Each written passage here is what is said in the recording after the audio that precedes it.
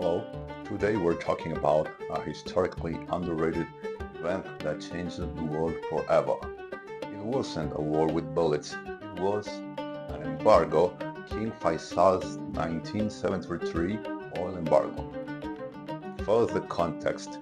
After World War II, the West lived an unprecedented golden age. The United States, Europe, and Israel enjoyed sustained economic growth, thanks to cheap, abundant, guaranteed oil from the Persian Gulf. But in October 1973, after the Yom Kippur War, King Faisal made a groundbreaking decision to cut off all supplies to countries supporting Israel. Well, the immediate impact: within weeks, the price per barrel quadrupled. Gas stations in the United States had mile-long lines. Europe entered energy rationing. Inflation skyrocketed. Unemployment soared. Without firing a single bullet, Faisal brought the world's mightiest economies to their knees. In the end of the post-war boom, this embargo ended post-war dream. The welfare state model, strong unions, expensive public services, a social contract built on endless growth became unsustainable. In the United States, the New Deal went into crisis. In Europe, the welfare state began to crumble. Even Israel, which relied on unconditional Western support, saw that backing was no longer automatic. Now, the rise of neoliberalism.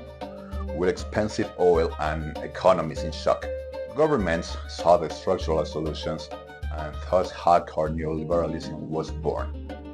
Deregulation, massive privatizations, cuts in social spending, and labor market flexibility.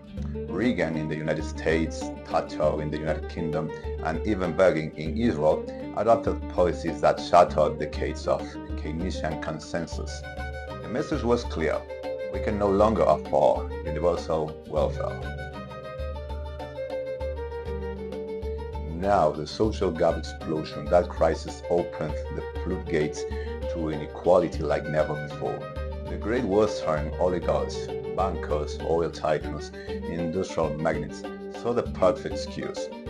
The party's over, we have to take some bets, but only the workers' bets. In a single decade, the Western working class lost everything they had fought for after 1945. Lifetime job security gone. Strong unions crushed. Pensions tied to salary replaced by 400,000 gambling. Free or low-cost healthcare privatized. Affordable housing financialized and turned into an asset for the rich. The middle class began to shrink, while the top 0.1% multiplied their wealth by 10, 20, 30 times. The cruelest part: they could go back, but they don't want to. After the 80s, oil became cheap again. Productivity exploded thanks to technology. Corporate profits reached obscene records year after year. They could have rebuilt the welfare state. They could have given back dignity to their own workers, their fellow Americans, their fellow Brits, their fellow Germans, but the oligarchs chose not to. Because neoliberalism stopped being an emergency fix, it became the most profitable model in history. With zero rights. Why invest in your own country when you can offshore everything and pocket the difference? Today, even social democratic Europe, Sweden, Germany keeps regulating, keeps cutting labor protections, keeps importing cheap labor, while their own youth struggle to buy a home. They can't afford it, they just don't want to. Because a worker with benefits is a worker who can say no, and in the New World Order, no is not allowed. Results. The final negotiations of 1974, what were the results? Henry Kissinger's subtle diplomacy was the key. From January to May 1974, he flew relentlessly between Cairo, Jerusalem, Damascus, and Riyadh.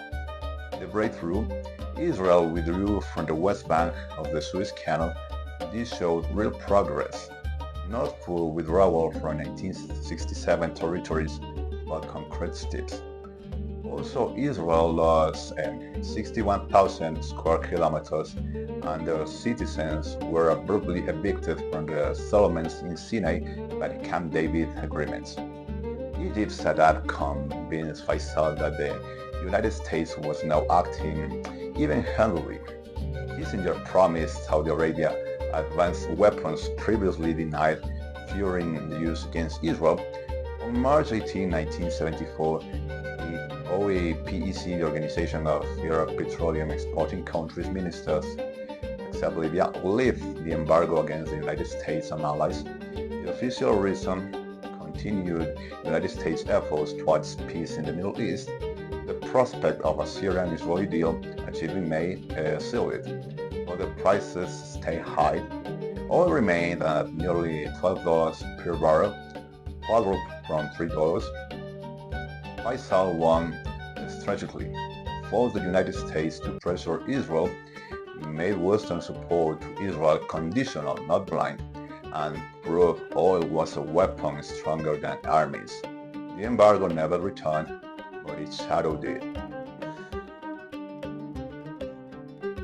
The decisive moment, the invasion threat, when the United States considered invading Saudi Arabia to restore oil flow. King Faisal replied with a line that went down in history. I already given the order. If a single American soldier sets foot on Saudi soil, we will burn every oil field. We'll go back to being Bedouins if we must, but you can't live without our oil. Your opulent lifestyle depends on it. King Faisal famously responded also, you are the ones who can't live without oil. Our ancestors lived on dates. We can easily go back and live like that again. Conclusion: Faisal didn't just win the game. He already defied global power without armies, without bombs. He proved that control of resources can be stronger than any aircraft carrier. And today, half a century later, the West is still paying the price. Rising inequality, energy dependence, and support for Israel that never again become unconditional. A working class that lost its future, oligarchs richer than ever, and a social contract that was torn up and never replaced. Faisal's embargo wasn't just a crisis. It was the beginning of the end of an era. It was the day a Western worker lost the war, without even knowing he was fighting it, and still today live in its shadow. لا يقاتلونكم جميعا إلا في قرى محصنة أو من وراء جدر بأسهم بينهم شديد تحسبهم جميعا وقلوبهم شتى ذلك بأنهم قوم لا يعقلون